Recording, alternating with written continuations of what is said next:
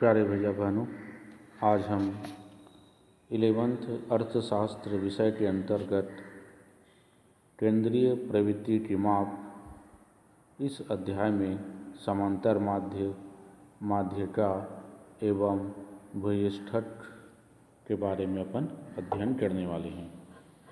तो सबसे पहले अपन जानते हैं केंद्रीय प्रवृत्ति का अर्थ एवं परिभाषा। प्रत्येक समंकमाला में एक ऐसा बिंदु होता है जिसके आसपास अन्य समंकों के केंद्रित होने की प्रवृत्ति पाई जाती है। यह मूल्य समंकमाला के लगभग केंद्र में स्थित होता है और उसके महत्वपूर्ण लक्षणों का प्रतिनिधित्व करता है। सांख्यिकी में संपूर्ण समंकमाला की केवल केंद्रीय प्रवृत्ति को सरल एवं सारांश रूप में अभिव्यक्त करने वाला प्रतिनिधि मूल्य केंद्रीय प्रवृत्ति का माप अथवा माध्य कहलाता है। केंद्रीय प्रवृत्ति का माप एक ऐसा सरल व संक्षिप्त अंक है जो समंकमाला के प्रमुख लक्षणों पर प्रकाश डालता है।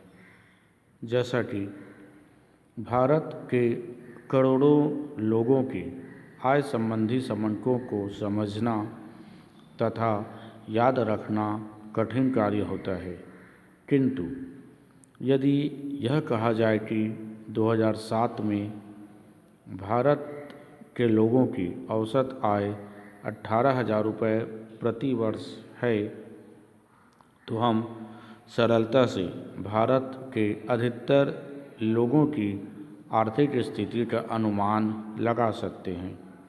इस औसत मूल्य को ही समंकमाला का केंद्रीय माप कहा जाता है।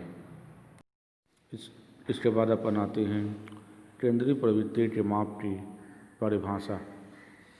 परिभाषा में क्लार्क के शब्दों में औसत वह संख्या है जो समस्त वर्ग का प्रतिनिधित्व करती है। सिम्पसन एवं काप्फा के अनुसार केंद्रीय प्रवृत्ति का माप एक ऐसा प्रतिरूपी मूल्य है जिसकी ओर अन्य संस्थाएं संकेंद्रित होती है। इस तरह से उपर्युक्त परिभाषाओं के आधार पर यह कहा जा सकता है कि केंद्रीय प्रवृत्ति के माप से अभिप्राय सांख्यिकीय विश्लेषण की उन विधियों से है जिनके द्वारा किसी श्रेणी के चर मूल्य का ऐसा मूल्य अर्थात औसत ज्ञात किया जाता है जो सारी श्रेणी का प्रतिनिधित्व करता है। केंद्रीय प्रवृत्ति का अर्थ एवं परिभाषा जान लेने के बाद अब हम आते हैं उद्देश्य की ओर। उद्देश्य में पहला पॉइंट है समग्र का प्रतिनिधित्व करना। माध्य एक ऐसी संख्या है जो संपूर्ण श्रेणी का प्रतिनिधित्व करती है। माध्यों की सहायता से ही निदर्शन के अध्ययन के आधार पर पूरे समग्र के बारे में निष्कर्ष निकाले जा सकते हैं। एकमात्र निदर्शन समंकों के माध्य द्वारा समग्र के माध्य का अनुमान लगाया जा सकता है। दूसरा है सांख्यिकीय विश्लेषण का आधार। माध्य सांख्यिकीय विश्लेषण का आधार स्तंभ है, क्योंकि किसी भी सांख्यिकीय तथ्यों के बारे में निष्कर्ष निकालने के लिए हमें समंकों का विश्लेषण करना पड़ता है। इसके अलावा अनेक सांख्यिकीय माप जैसे प्रमाप विचलन गुणांक, विषमता गुणांक एवं सहसंबंध गुणांक आदि माध्य पर ही निर्भर होते हैं। तीसरा पॉइंट है निर्णय लेने में सहायक। माध्य अनेक महत्वपूर्ण निर्णय लेने में सहायक होता है, जैसा कि एक विक्रय प्रबंधक औसत मजदूरी, औसत बिक्री मूल्य, संयंत्र के औसत लाभ के आधार पर ही प्रबंध के प्रामाणिक स्तर, आकार, योजना एवं प्रबंध संबंधी निर्णय लेता है। चौथा पॉइंट है संक्षिप्त चित्र प्रस्तुत करना। माध्यमों द्वारा संकलित किए गए समंकों को एक सरल चित्र में प्रस्तुत किया जाता है। इससे अव्यवस्थित एवं जटिल समंकों की विशेषताएं सरलता से स्पष्ट हो जाती है।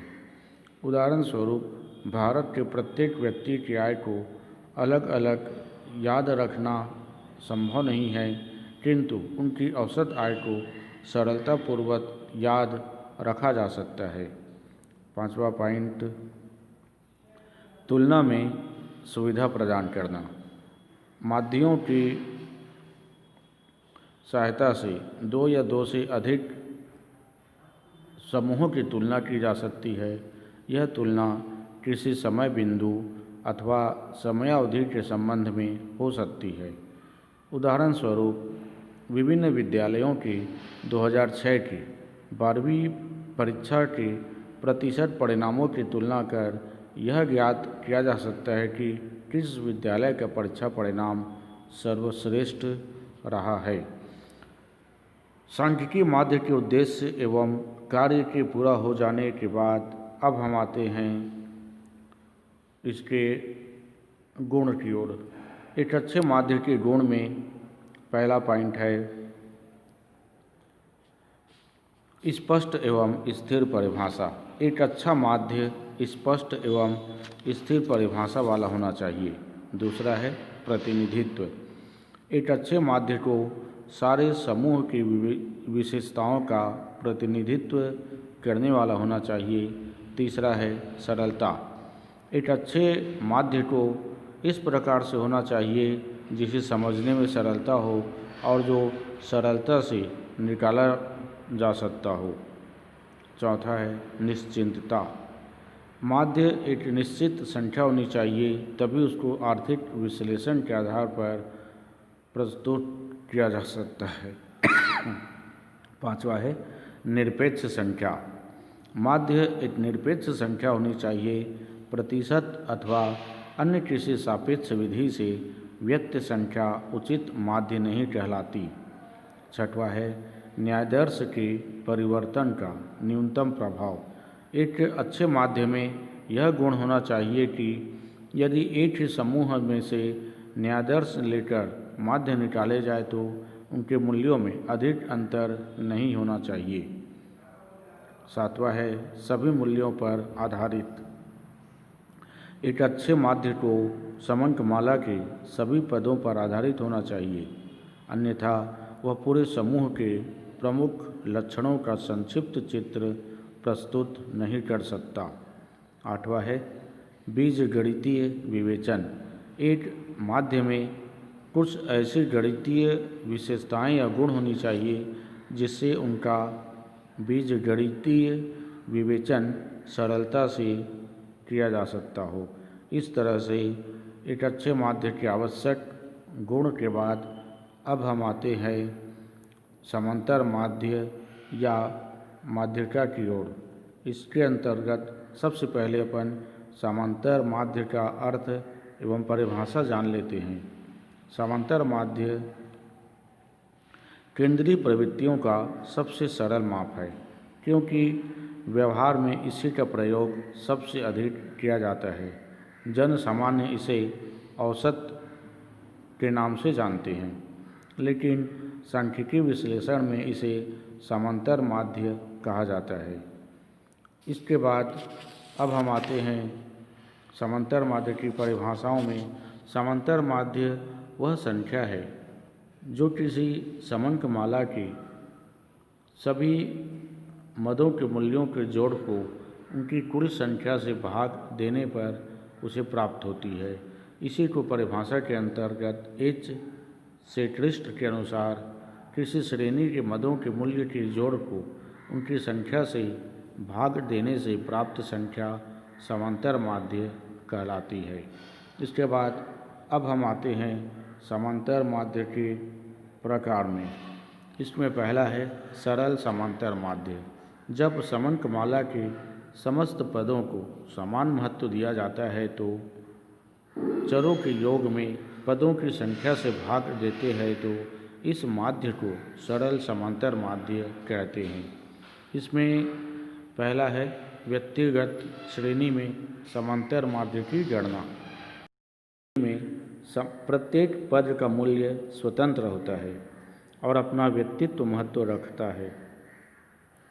इसमें पद मूल्यों के साथ कोई आवृत्ति नहीं होती। व्यक्तिगत श्रेणी में समांतर माध्य ज्ञात करने की प्रमुख रूप से दो विधियां हैं। पहला विधि प्रत्यक्ष विधि और दूसरा विधि है लघु रीति। प्रत्यक्ष विधि के अंतर्गत समंकमाला के सभी मूल्यों को जोड़कर योग को उनकी संख्या से भाग दे दिया जाता है।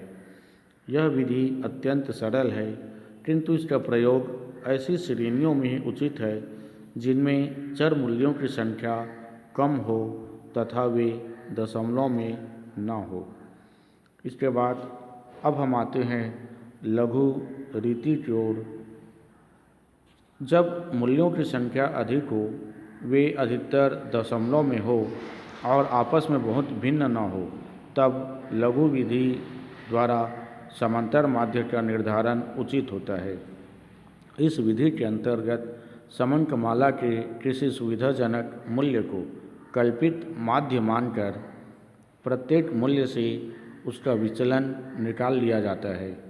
फिर विचलनों के योग को उनकी संख्या से भाग देकर जो अंक प्राप्त होता है उसे उसके बीजगणितीय चिन्ह प्लस या माइनस के अनुसार कल्पित माध्य में जोड़ने या घटाने से समांतर माध्य ज्ञात कर लिया जाता है। यह विधि समांतर माध्य के इस महत्वपूर्ण गुण पर आधारित है कि समांतर माध्य से समंकमाला के सभी मूल्यों के विचलनों का योग शून्य होता है। यदि वास्तविक समांतर माध्य की बजाय किसी कल्पित मूल्य को माध्य मान लिया जाए तो विभिन्न पद मूल्यों के इस कल्पित माध्य से निकाले गए विचलनों का योग शून्य नहीं होगा। इन विचलनों के औसत का कल्पित माध्य में समायोजन करने पर वास्तविक माध्य ज्ञात हो जाएगा।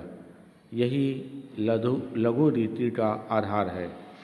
इस लघु रीति के द्वारा समांतर माध्य ज्ञात करने की निम्न प्रक्रिया है। सबसे पहले समंकमाला में से किसी एक मूल्य को कल्पित माध्य मान लेते हैं। इसके लिए मध्य संख्या हमेशा उपयुक्त मानी जाती है। इसके बाद प्रत्येक व्यक्तिगत मूल्य में से कल्पित माध्य को घटाकर विचलन प्राप्त कर लिया जाता है। विचलन प्राप्त कर लेने के बाद विचलनों को उनके चिन्हों को ध्यान में रखते हुए उनका टोटल ज्ञात किया जाता है। टोटल ज्ञात हो जाने के बाद समंकमाला में पदों की संख्या ज्ञात करते हैं। पदों की संख्या ज्ञात हो जाने के बाद विचलनों के योग में पदों की संख्या से भाग देने पर जो भागफल प्राप्त होता है उसे कल्पित माध्य में जोड़कर या घटाकर माध्य ज्ञात करते हैं। भागफल यदि धनात्मक हो तो कल्पित माध्य में उसे जोड़ दिया जाता है और यदि वह ऋणात्मक हो तो कल्पित माध्य से घटा दिया जाता है। इस प्रकार प्राप्त होने वाली समांतर माध्य ज्ञात हो जाती है। इस तरह से व्यक्तिगत श्रेणी में समांतर माध्य की गणना ज्ञात हो जाने के बाद इसी में दूसरा है खंडित श्रेणी में समांतर माध्य ज्ञात करना। इसके अंतर्गत अपन जान लेते हैं कि खंडित श्रेणी में समंकमाला सामान्यतः पूर्णांक में होते हैं और प्रत्येक माला की आवृत्ति भी दी रहती है। खंडित श्रेणी में सरल समांतर माध्य ज्ञात करने की प्रमुख रूप से दो विधियां प्रचलित है। इनमें पहला है प्रत्यक्ष विधि और दूसरा है लघु रीति। तो प्रत्यक्ष विधि के अंतर्गत सर्वप्रथम प्रत्येक पद मूल्य को उसकी आवृत्ति से गुणा कर उसके गुणनफल ज्ञात कर लिया जाता है। सभी गुणनफलों का योग ज्ञात किया जाता है। इसके बाद आवृत्तियों का योग कर पदों की संख्या ज्ञात की जाती है। इसके बाद पद मूल्यों एवं आवृत्तियों के गुणनफलों के योग को पदों की संख्या से भाग दे दिया जाता है। इस प्रकार प्राप्त भजनफल ही समंकमाला का समांतर माध्य होता है। इसके बाद आते हैं लघु रीति में। लघु रीति के अंतर्गत समंकमाला के किसी एक मूल्य को कल्पित माध्य मान लेते हैं। कल्पित माध्य से समंक के विभिन्न पद मूल्यों का विचलन ज्ञात किया जाता है। विचलन प्राप्त करते समय धनात्मक एवं ऋणात्मक दोनों चिन्हों को ध्यान में रखा जाता है। इस तरह हमें डीएस प्राप्त हो जाता है। इसके बाद विचलनों का उनकी संबंधित आवृत्तियों से गुणा कर प्राप्त गुणनफलों को जोड़ा जाता है। इसके बाद पदों की संख्या से भाग ज्ञात कर आवृत्तियों का योग कर लिया जाता है। समांतर माध्य की गणना निम्न सूत्रों के द्वारा ज्ञात किया जाता है। इसके बाद शेष अगले वीडियो